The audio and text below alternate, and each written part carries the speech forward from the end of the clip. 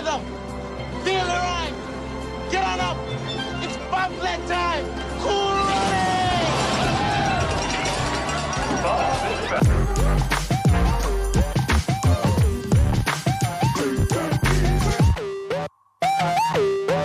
Who could have imagined that in 2026 at the Winter Olympics in Italy that the Jamaican bobsled team would be one of the most popular teams at this Winter Olympics? So everybody at the Winter Olympics, they are talking about this Jamaican team. And I want to shine the spotlight on one of the players, and that is Shane Pitter. So Shane Pitter, 4 years ago, he was in Jamaica fishing, a fisherman in Jamaica 4 years ago when he was introduced to bobsled. And now he's a world champion, becoming one of the first Jamaican team, being a part of the first Jamaican team to have ever won gold in bobsled at a world championship.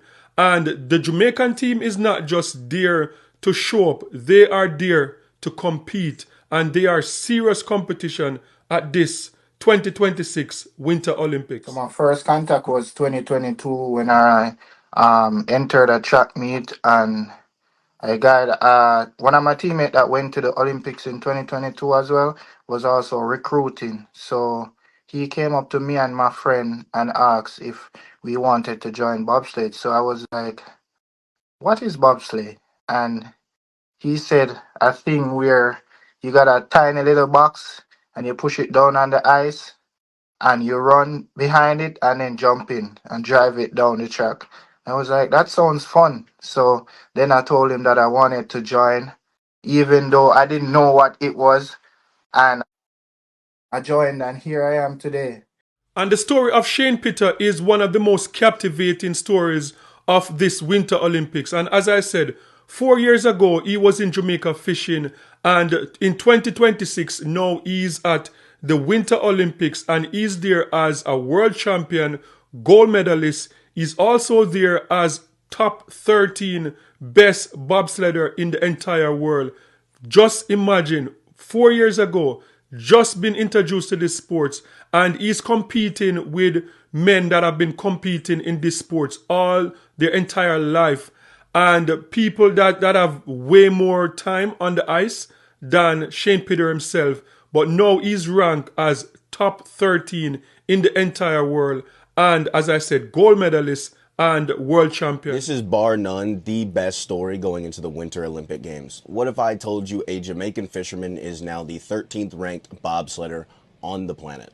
This is Jamaican bobsled pilot Shane Pitter, and he's not been driving a bobsled long, because a couple of years ago, he was just fishing. And it's genuinely crazy to me that he went from fishing to Jamaican bobsled history in the matter of a couple of years. Him and his four-man crew won Jamaica's first ever gold medal in the four-man, and it was a beauty of a race. They went sub-5 in their start. Just a couple of years ago, Shane was still training to be a pilot up in Lake Placid, first fisherman to make the Jamaican bobsled team. That's what he posted back in 2023. And about a year later, he won his first ever medal in bobsled in the two-man in the U26 North American Championships. He also documented that on his YouTube channel. And since he got that bronze medal, he's been training, working, busting his tail with his crew, and they finally broke through in November of 2025, winning Jamaica's first ever gold medal in the four-man. And like I said, blazing start. They went 491 in their start. And since that historic win in Whistler, Canada, him and his crew have won 6 more gold medals, 3 in the two-man and 3 in the four-man.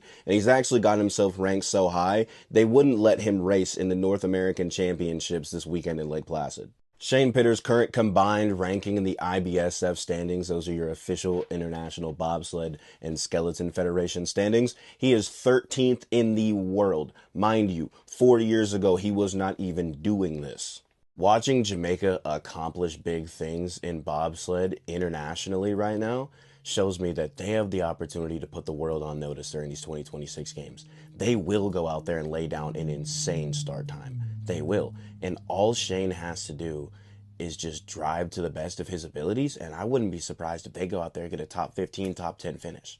Jamaican bobsled isn't just going to be at the Olympics. Jamaican bobsled is going to go to this Olympics and put the world on notice. And trust me, it's not just all Shane. He's got some insane push athletes here. Joel Fearon, Junior Harris, Taekwondo Tracy, and Andre Docris. They are some absolute dogs. And Shane is a part of the 2-man bobsled team and the 4-man bobsled team. And in 2025, they dominated on the international stage when it came on to bobsled, walking away with 6 medals in 2025. That's what was more important. That's why I got the gold medal. All right. You know what? We knew what we had in the tank from yesterday. We knew what Shane was capable of. We know we had a little bit to find on the push, which we found. And that's it. It was supposed to be that way today. We knew we had it in the bag. No victory roll today? No. Save that for plastic. Yeah. No. That's deadly. I just want to thank our teammates, our sponsorship. We got my mother, my father, everybody.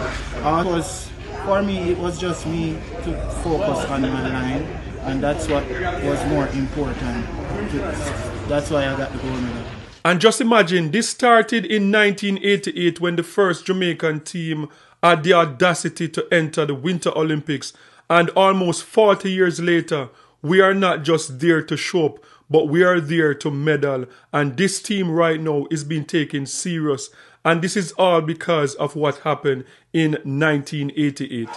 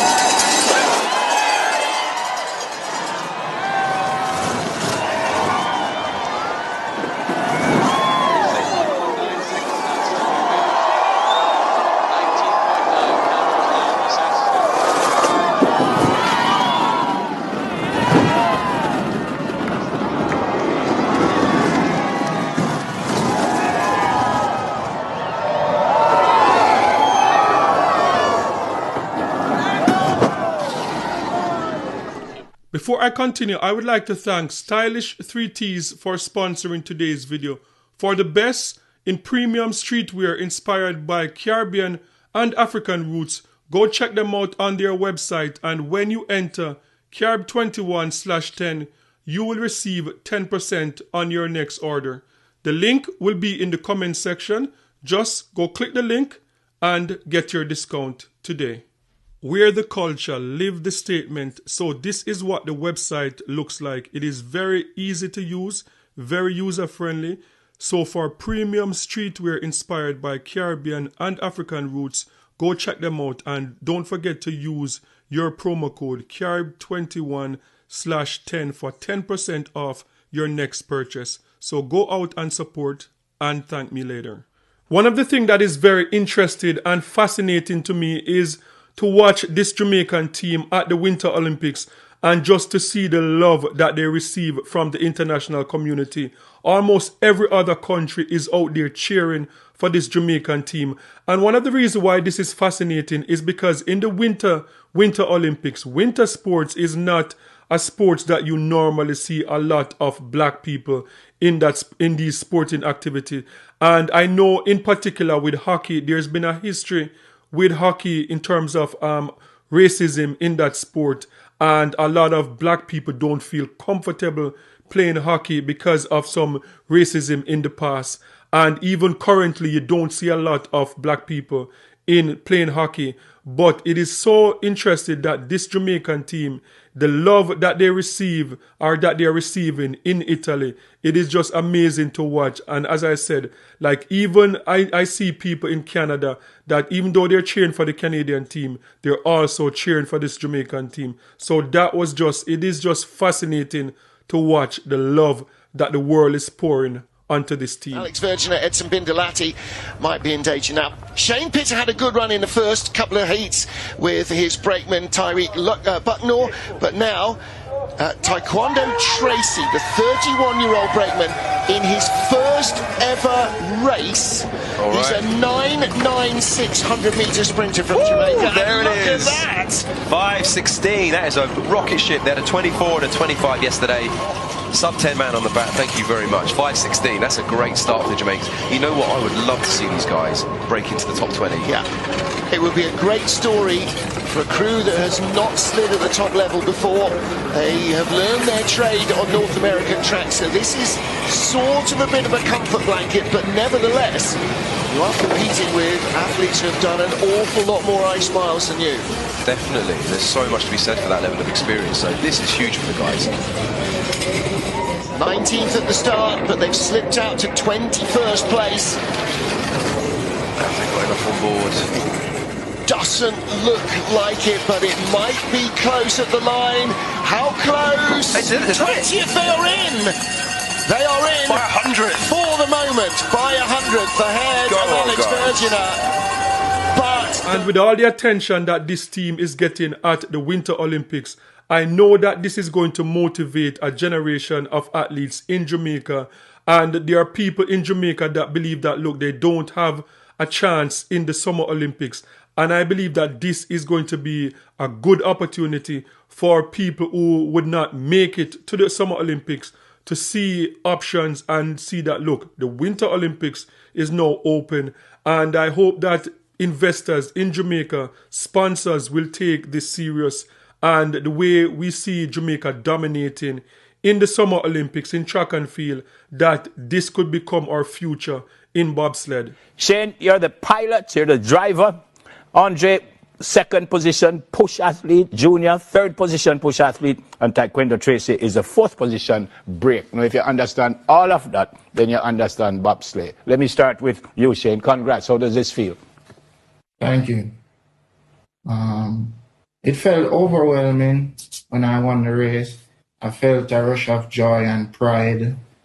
And it feels good to win a bobsled race for my country and the first podium finish, gold medal for my country. So I'm feeling very happy and still like recovering. Can't believe that like we actually won the race, because I really never expected to win, but I won the race. So it's basically soaking in that like I really won. So I feel good knowing that I win the bobsled race with a strong team. Yeah, man, you said first podium finish. You kind of being humble because you were top of the pile, gold.